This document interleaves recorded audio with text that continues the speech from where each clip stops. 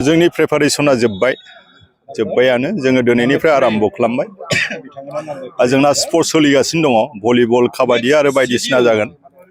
नै खाथियावनो स्टेज खाथियाव जोंना कुइज, नोंथांमोना खोनाबाय थादों, कुइज जों होदों।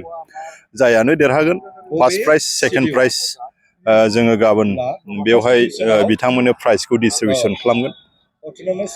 दिनैनिफ्राय जागायबाय, बेनिफ्राय गाबोन फुंनिफ्रायनो प्रग्रामाव जेरैबायदि दं बेबायदिनो पाब्लिक गेदारिं जानाय, फ्लेग हस्टिं खालामनाय, हमेज two martyrs, Bodoland हमेज two martyrs बेफोर थाबाय। बे जोबनायनि उनाव बेयाव फैगोन गोबां जाथिफोरनि कालचारेल प्रग्राम बेवहाय जोङो देखायगोन। बड'लेण्ड मार्टियार्सफोरनि बिमा बिफा बिदा फंबायफोरखौ जोङो लिंदों। दाखालि बागुरुम्बा दोहौ जानानै थांनाय, गुवाहाटियाव जानानै थांनाय बिथांमोनखौ जोङो काजलगाव साब डिभिजन हिसाबै जोङो बिथांमोनखौ लिंबाय। जायहा माने माबा गैया आरो फ्रि, जायफ्रा फरिखाफोर गैया, बेस्थ' गैया, बिथांमोनखौ जोङो लिंबाय। बड'लेण्ड मार्टियार्सनिखौ जों लिंखाबाय आरो बिदिनो कालचारेल बेयाव मोसाबाय थागोन। डायासआव जोंनि चिफ गेस्ट बिटिसिनिफ्राय बेयावनिनो लकेल EM पानिराम ब्रह्म बिथांखौ चिफ गेस्ट होदों आरो आंखौजों आरो परमेश्वर MCLA जोंखौ बेवहाय थाफानो थाखाय दायथ' होबाय।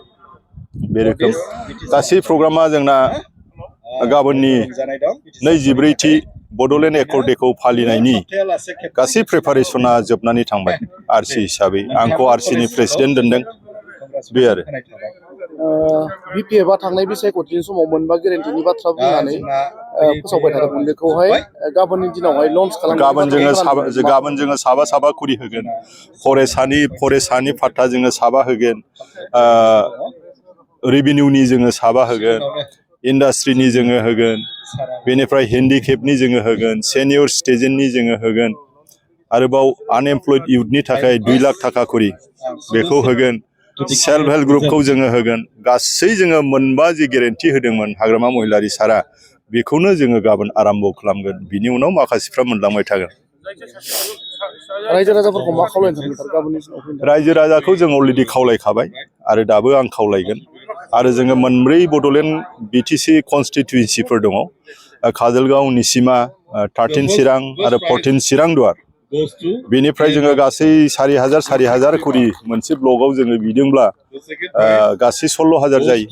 बाखि लिडारफ्रा एक्सक्लुडेड लिडारफोरखौ जों सानफायाखै आरो इनभाइटेड गेस्टफोर जोंहा थागोन।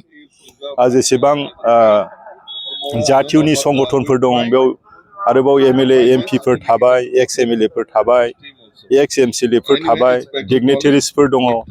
BRPLनि जोङो लिंदों, बेनिफ्राय DC SPफ्राथ' जोंजों दंफाखायो आरो बिथांमोनखौबो लिंबाय। सेसन कर्टनि जोङो जाजफोरखौ लिंबाय।